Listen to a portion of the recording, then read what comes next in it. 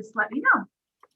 If you could, once you're recording, please go ahead and share your screen, Ms. Suter, and we'll get started. Okay.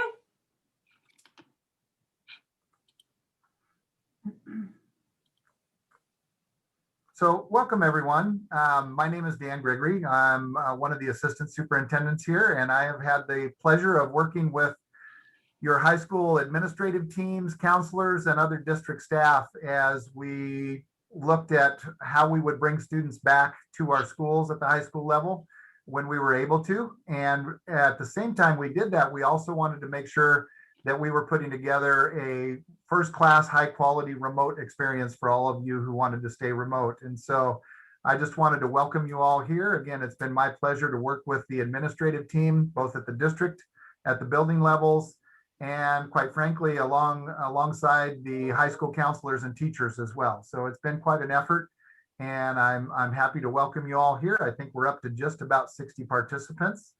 And so we'll go ahead and keep rolling here. But again, first slide is just to welcome you and thank you for being here. Welcome and introductions. We'll go through a few folks here.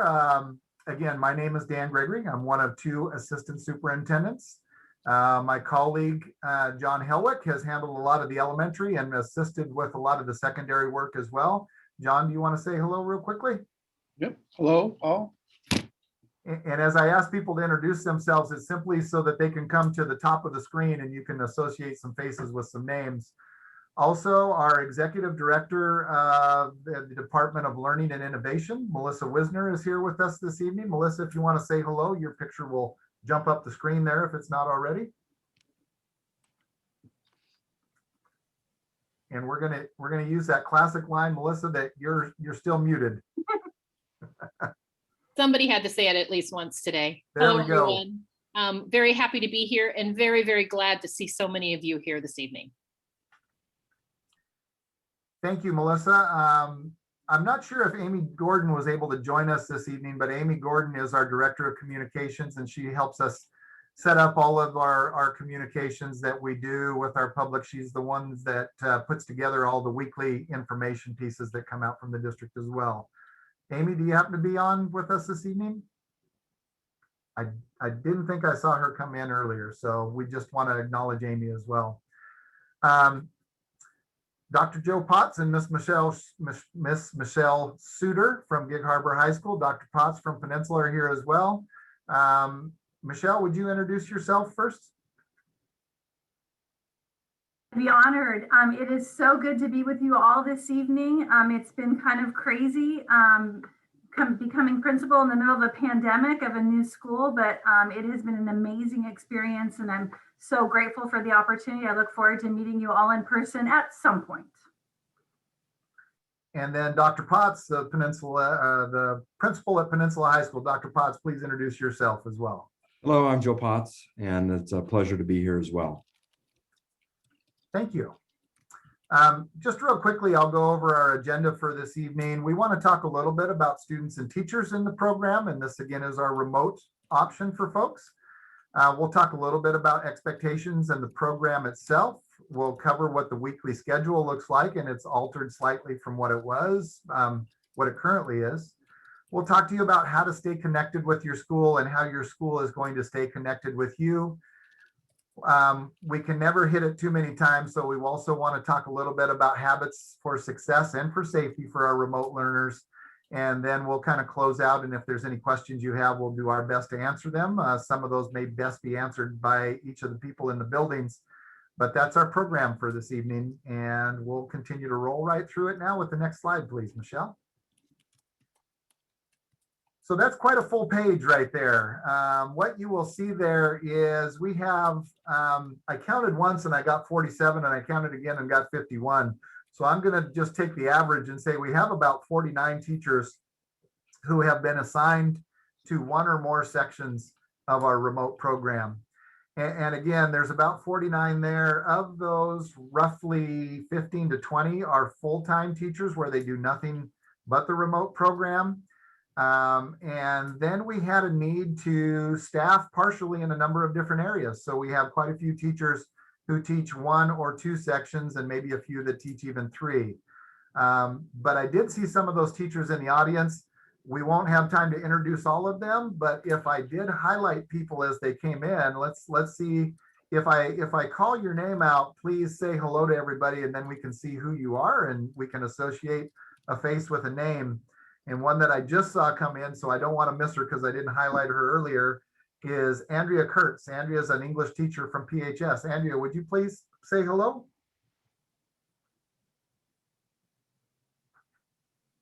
Oh, thank you, Dan. That's so kind of you. I appreciate that. Thank you. Thank you, Andrea. I'm going to continue down my list here, and I'm starting with the English language arts teachers. Also from Peninsula is Janice Johansson. Janice, I believe I saw you on there. If you would say hello. Hello, great to be here. And thank you for being here, Janice. Staying in the English department from Gig Harbor High School is Patricia Van Drop. Patricia, if you want to say hello, I know you all have some new students this year because we made the shift at the semester. So you have some that may be familiar with you, but some parents and students that might not be. So Patricia. Hi, folks. I'm Patricia, teaching freshmen and enjoying it. Nice to see you.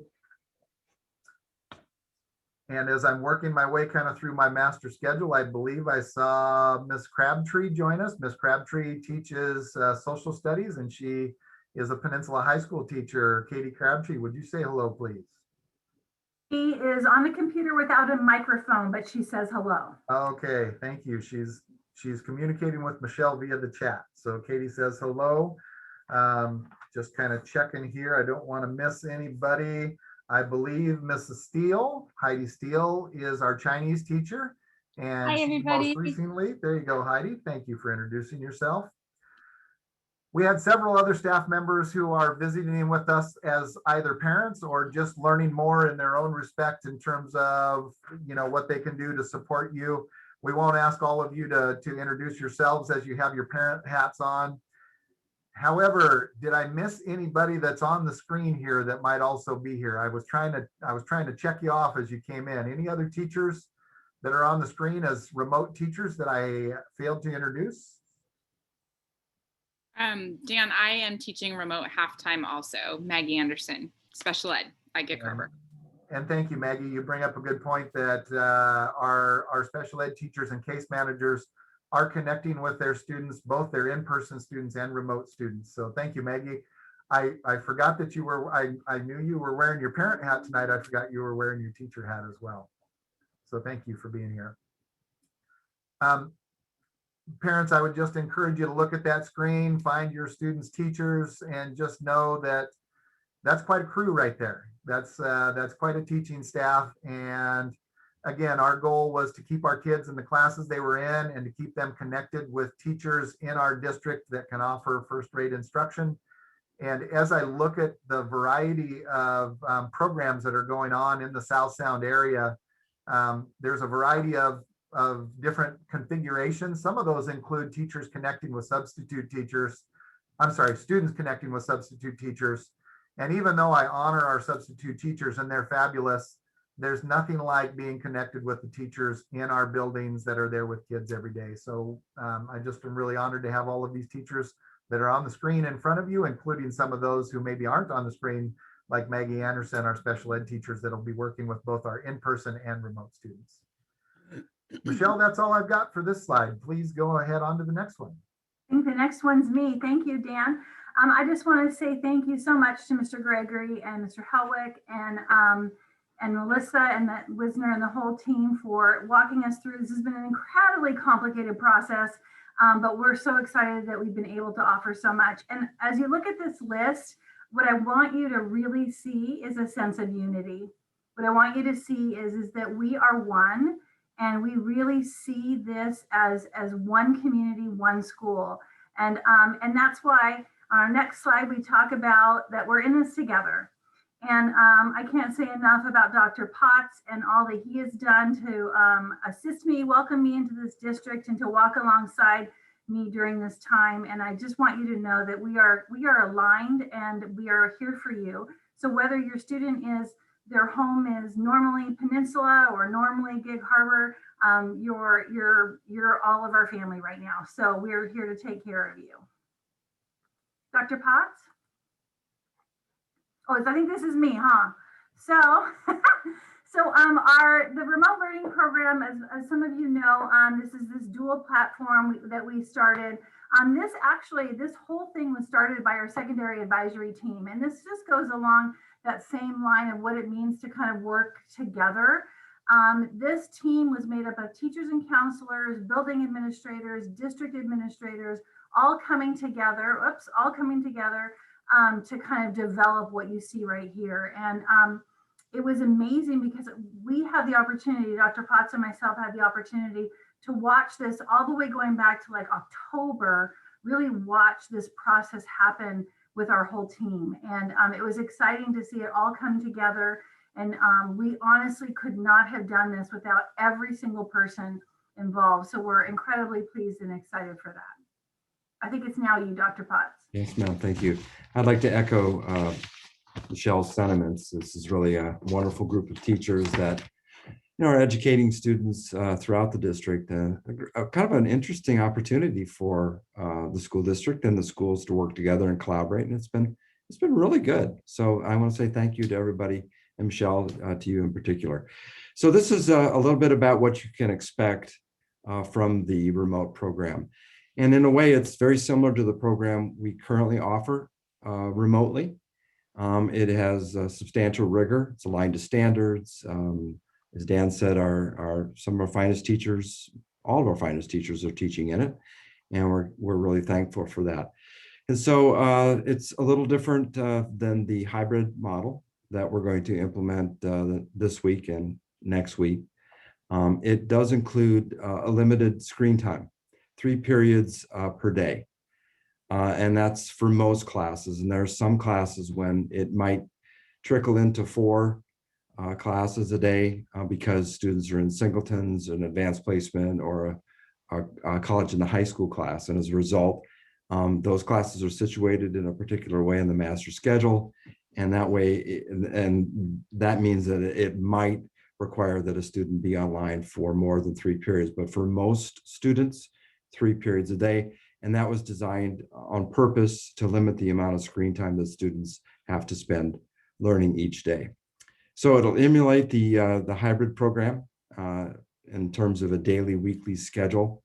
There'll be instruction, both, not both, but 4 days a week. We will continue with homeroom, and we're going to talk about the Wednesday schedule in just a little bit.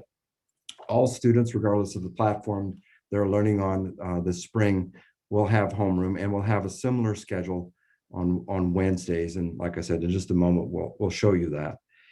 So asynchronous and synchronous are terms that are passed around and used frequently. Synchronous means that we're interacting like we're interacting right now. It's a real-time component with students and teachers. Asynchronous means that there's a learning opportunity that maybe does not involve a Zoom or a teacher face-to-face in a collaborative kind of remote setting. Both are legitimate, both are powerful. Most hybrid experiences, online experiences, include both synchronous and asynchronous, and ours does as well. So this is an opportunity for students to experience both. The asynchronous time is an opportunity for students to connect with teachers, to complete extension activities, to get help. So it's a real opportunity to learn. It isn't a day off, it isn't time off. It's an opportunity to dig into learning and to connect with teachers and to get support needed. Eligible students will continue the synchronous and asynchronous opportunities in special education. And as Dan mentioned earlier, we're proud that our special educators are part of this wonderful opportunity. So the next slide is the weekly schedule in terms of Monday, Tuesday, Thursday, Friday, and we're going to talk about Wednesdays next. The shaded sections are the periods in which we will have remote synchronous opportunities for students. The unshaded boxes here basically represent times when there's asynchronous opportunities, but also opportunities to meet individually with teachers in one-on-one settings and in groups. All of it will be remote, of course, but they're bona fide learning opportunities. And opportunities for students to extend their learning and to develop deeper understandings of essential concepts. So it's all really powerful in terms of what it can produce and provide for students. Here's the Wednesday schedule. And the Wednesday schedule is consistent regardless of the platform that students are learning on this year. So everybody, whether you're remote or you're in a hybrid, will have the same Wednesday schedule.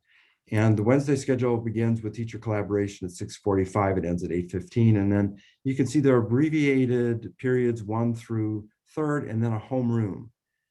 Lunch is built in, 45 minutes. There's a component for students to get support from teachers, and then 4, 5, and 6 follow. They're abbreviated periods. Everyone, regardless of the platform, will experience Wednesdays remotely. So students will tune in via Zoom, interact with their teachers, regardless of the platform. Joe, before we move off of this slide, Dr. Potts and Ms. Suter, can you talk a little bit about homeroom? And if I was a parent that had a student in a particular teacher's homeroom class, will my student stay in that teacher's homeroom class? And what are we doing with that? So Michelle, if I'll take a crack at it first, and then you can add whatever you think I missed or other important parts of this. But we're going to try to keep our students with their homeroom teachers as much as possible. And that continuity and consistency is really a big deal because students have known their homeroom teachers for a while now. And so we want to make sure that there is that consistency for students. Homeroom is a wonderful opportunity to interact with other students. Maybe students don't have in classes. It's a home base. It's an opportunity for students to experience a character strong curriculum, which is a robust social and emotional learning curriculum. It's very, very good. And so homeroom to me is an opportunity to connect. It's to get support. It's to learn all kinds of important things about adjusting to school, about recognizing the importance of, healthy kinds of things that make learning and living just better. And so it's not wasteful. It's really important. And we encourage parents to get their students to tune in to homeroom. Michelle? Yeah, I would concur with that. And I would just say also, for our remote students, it's also an opportunity to connect once again with those that are on the hybrid. Because in some ways we're kind of disconnected right now in this moment. And so it gives us an opportunity to come back together. And the nice thing is they know who their homeroom teacher is. They will be with them this year and then through the years until they graduate. And just so you know, all of these schedules will be available on our web pages. So when you go to our web page, whether it's the Peninsula or Gig Harbor, you can click on the reopening and you'll be able to see these schedules on there so that you can have them when you need them. Thank you both for answering that question. I just go back to one of the things we highlighted in the agenda is how to stay connected to your school, and homeroom is really an important way to stay connected to your school. Yeah, and I just want to, I'm going to go back and just clarify what Dr. Potts said here on this page. So realize that the kids are they're Zooming for 3 periods a day. On their A day, their Monday and their Thursday, they're Zooming for first, second, and third period. On Tuesdays and Fridays, they're Zooming for 4th, 5th, and 6th. So we want to limit that time. But as Dr. Potts said, there are some instances where students will have more than the 3 just based on their AP classes and the way the schedule came out. So, but that's in terms of screen time, that's what we're looking at. Okay, so as Dan mentioned, the importance of staying connected to the school. Attendance will be reported to the main office of the homeschool.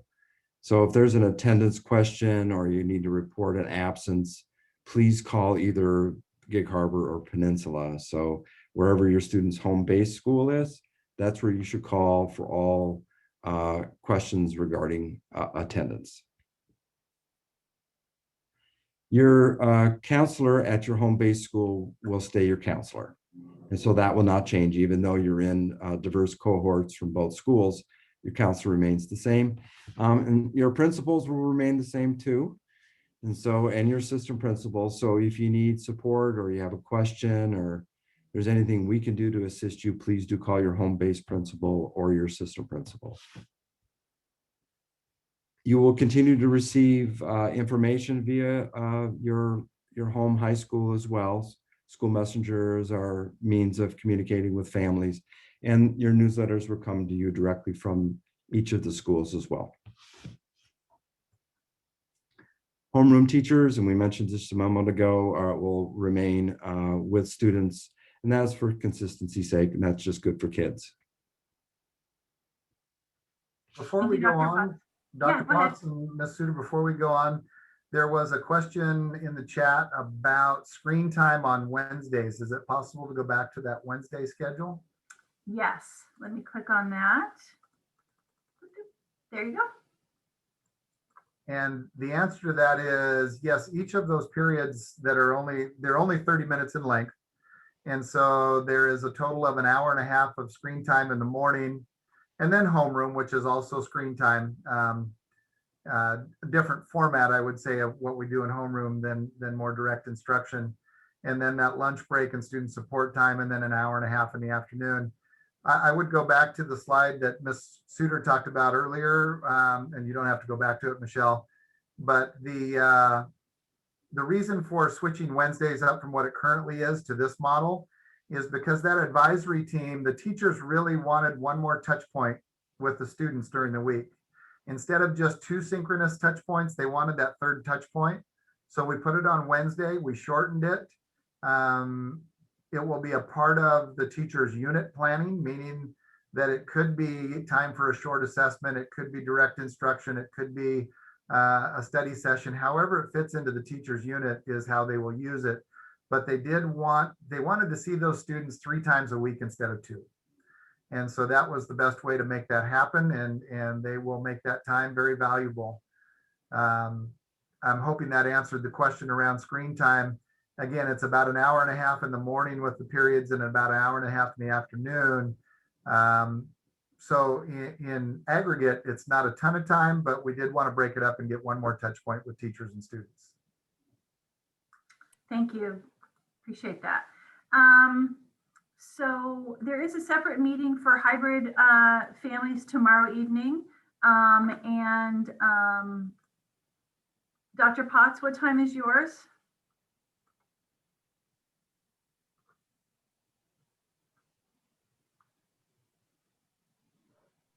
Ours was tonight.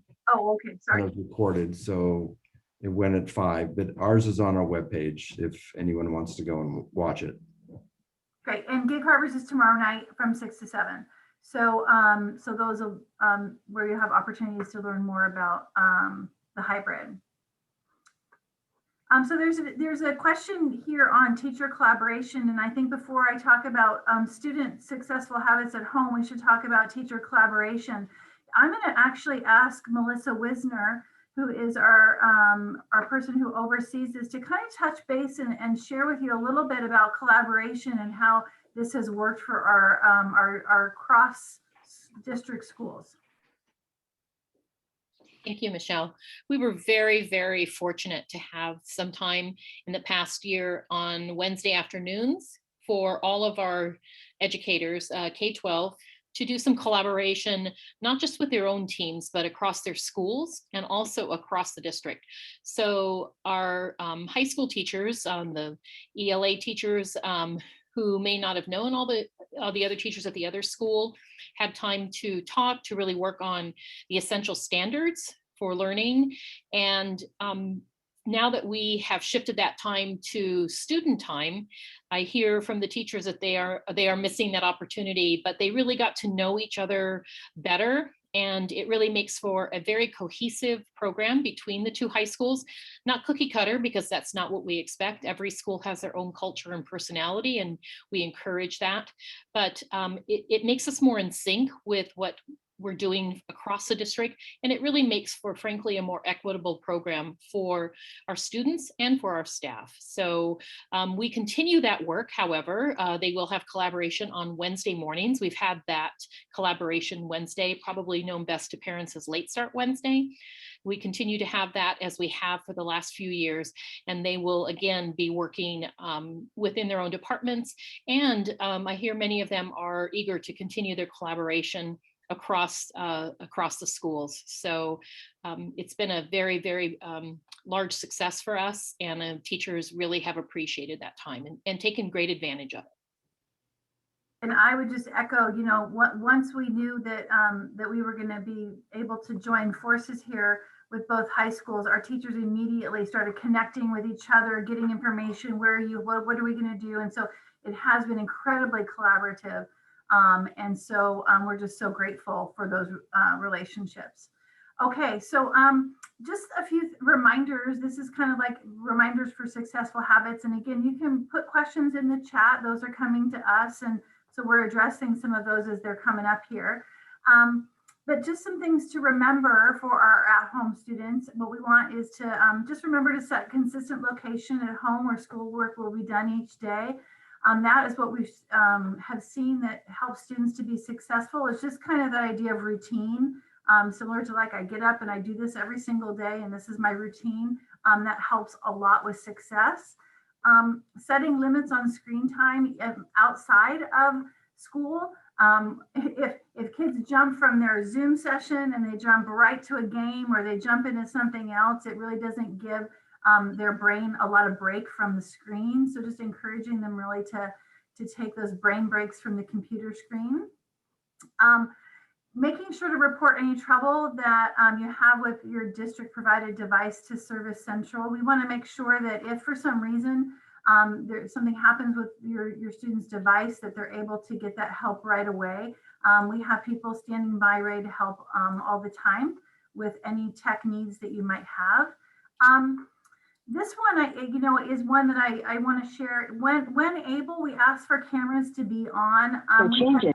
This has actually been a request from both teachers and students, interestingly enough, is that we've seen student engagement skyrocket when cameras on. And we understand that this cannot be true for everybody. We understand, my phone works wherever I stand in my office. I understand that piece. And so we want you to know, we do understand that if your screens can't be on, but if screens can be on and students can have their camera on, it will up student engagement. And it actually, students themselves have said they like being able to interact in that way. So we would appreciate that if it's possible. Also, we just really want to encourage you to allow your students to advocate for themselves.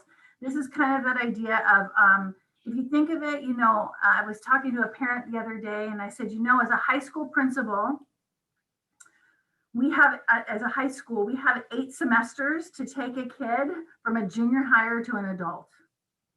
So as you think about that for a second, we have 8 semesters to take a kid from a junior higher to an adult.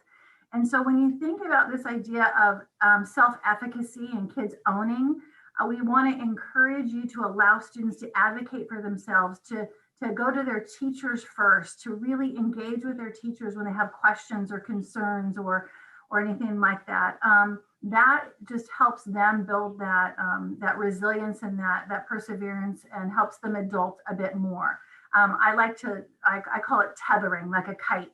I'm going to keep that freshman kite a little closer, and then sophomores and juniors and seniors, I'm going to start tethering them out, because the only way they're going to fly is if we tether them out. So just want to encourage that. And then finally, we just want you to know our team is here for you. Our whole administrative team, certainly our office team, everybody's here to just help support you in this process. So I'm trying to think, let me go to the next slide.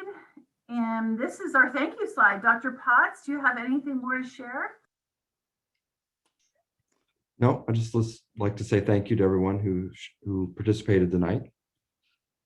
I guess we can answer some questions. It looks like one question is, our kids are normally at PHS, but one of our girls Power School does not have Gig Harbor staff classes listed for her to follow her grades in Power School. They should, there might be a toggle in Power School that you might have to click on. So, and if you're having problems with that, I would call your maybe tech support on that one and see if you can get some help with that, or the, yeah, thank you, Mr. Forehand. There are tabs for both schools. So I think we're not used to seeing that. And I was on with a parent the other day on their what they see. And I think it should say that there's a little tab for Peninsula and a little tab for Gig Harbor, and that should allow you to toggle back and forth. So try that. And Michelle, I would just add that as we built the schedule, we built the classes, and we had an idea of which teacher was going to teach each class. Just we had a rough idea. However, as things panned out, they didn't always line up. So sometimes you will see a Peninsula High School teacher that's assigned to a Gig Harbor High School class, or a Gig Harbor High School teacher that's assigned to a Peninsula High School class. Don't worry about it. I would take you back to that early slide that says we are one and we're all in this together. And so hit the toggle and communicate with the teachers. Now the questions are coming in. When does the new schedule start? I'll handle that one. And Michelle and Joe, please feel free to chime in. In our hybrid program where people are in person, we're only starting with freshmen this Thursday and Friday. And that's more of an induction piece for the freshmen who are coming into the building that's going to be brand new for them. The schedule for all of our remote students will start on Thursday. So periods 1, 2, and 3 will be on Thursday morning, and 4, 5, and 6 will be on Friday afternoon. We didn't feel the need to hold back on starting the remote program until we had all of the students in on Monday. We wanted to start our synchronous remote program on Thursday. So we'll start on Thursday with that. Thank you. This is another question perhaps you want to tackle, either Mr. Gregory or Mr. Hellick. How long will remote learning be available? Is it this school year only? Well, there's a lot to pan out on that, but we are anticipating that we'll likely need to offer remote learning in the fall also for families who still want to continue with the remote platform. John, please feel free to chime in anything in addition to that. Yeah, I would say in the past, we've had the Peninsula Internet Academy option that some students have taken advantage of, which has often been just a part-time program. As Dan said, we're going to have to expand that for next year and going forward. I think what's happened in the last year is going to be changing that forever. So that's something that we've already begun talking about. Very good. Let me just add to that, Michelle. Please know the instruction that your students are receiving. John talked about the Peninsula Internet Academy. Please know the instruction your students are receiving is a little different than the Internet Academy instruction. With the Peninsula Internet Academy, students have access to teachers, but they don't necessarily engage with teachers on a weekly basis, much less 3 times a week. And those teachers currently in the Peninsula Internet Academy, we have employees that monitor that, but the teachers they connect with are not Peninsula School District teachers for the most part. So we're very fortunate to have this program in the format it is right now. And it is somewhat different than the Internet Academy. And as we go forward, we think probably more of having students engage with our own teachers is going to be a model that we're going to move towards more. Yes, thank you, John. Very good. So we just got information on West Sound Tech. Somebody has a question about when they go in person with West Sound Tech. We just got information on that today, and that information should be going out, I would imagine, tomorrow. So be looking for that email as well. I'm going to stop sharing my screen, and then that way I can just see the chat. This is a really great question. So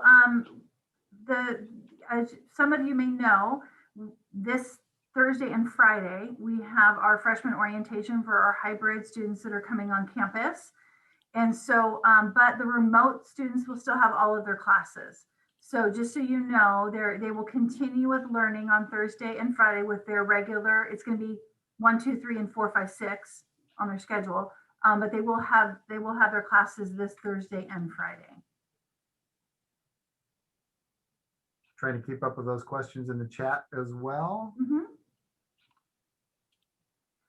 I don't know that you can see the chat, but there's lots of thank yous. So thank you for thinking. Yeah, I would just say there's a question in there about, will the teachers let us know if we need to be present for the asynchronous work time? For the asynchronous, excuse me, for the asynchronous work time, teachers may be assigning work during that time. They're also, if they're fully remote teachers, they're available with office hours. They may set up some individual office hours with you. They may, if your student is struggling, they may set up a one-on-one or some small group work. So that asynchronous time, the first thing I would say is have your students check your teacher's Schoology page in case the teachers provide any instruction on how to use that time within the Schoology page. That's where they will likely find instructions for what they are being assigned or what's going to be expected of them during that asynchronous time. Yeah, so that'll be part of their, and the hybrid teachers will have to do that as well, because we'll have students that are on their off day, that's the opposite AB or BA, whichever they are. They'll need instruction on that as well. So our teachers will do, make sure that our students know exactly what they need to be doing on those asynchronous times. So that should help. The virtual student to teacher ratio, Mr. Gregory? I don't have a ratio that covers all of the classes that we're offering virtually, but what I will say is we have some classes that are as small as 6, and we have a PE class that's as large as 40, and some other core subject area classes that are in the 34 to 35 range. We try to keep them at 33 or under, but we have, I don't know what a handful amounts to, but we have a handful of classes that are in the 34, 35 range. That has been a difficult piece, but some of the classes you're going to see are quite smaller. Some you're going to see that are a little bit larger. We really rely on a lot of that asynchronous time for teachers to be able to differentiate for students who have different needs. And so, for instance, if I'm in a class of, let's say, 34 and it's second period, I might have that class for 50 minutes on Mondays and Thursdays, but if my student needs some more attention, then that asynchronous time opens up the opportunities for some more differentiation and additional attention. Thank you, Mr. Gregory. Mr. Rivera, I did see your message to me, and I'm going to go ahead and email you on that one, since it's about a scheduling thing for your child or your children. Percentage of students that chose to stay remote? Between 65 and 70 have selected to stay in person. So that leaves us between 30 and 35 that are remote. And I say between because we get movement. We've got a little bit of movement in and out over the last week or so. We'll get a phone call here or there. People's family situations change. And so students that were planning to be in person might go remote. There's somebody that might have filled out the schedule, the survey and said remote, and they may want to be in person. We're trying to be flexible for the next week or so, but once we get rolling, we want to limit that flexibility. But if circumstances change, folks, we just have to be responsive to that. So it's fluctuated a little bit over the last week or so.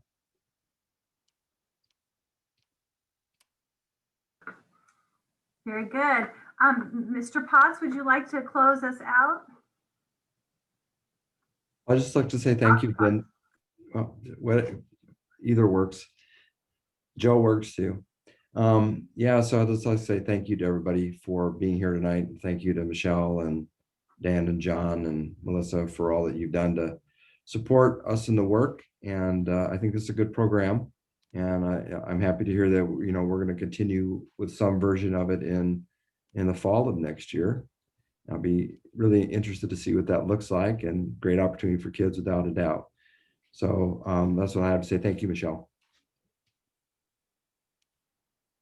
Thank you all. We wish you a wonderful evening. I'm going to go watch some volleyball, and it was just a pleasure being with you guys this evening. Thank you so much.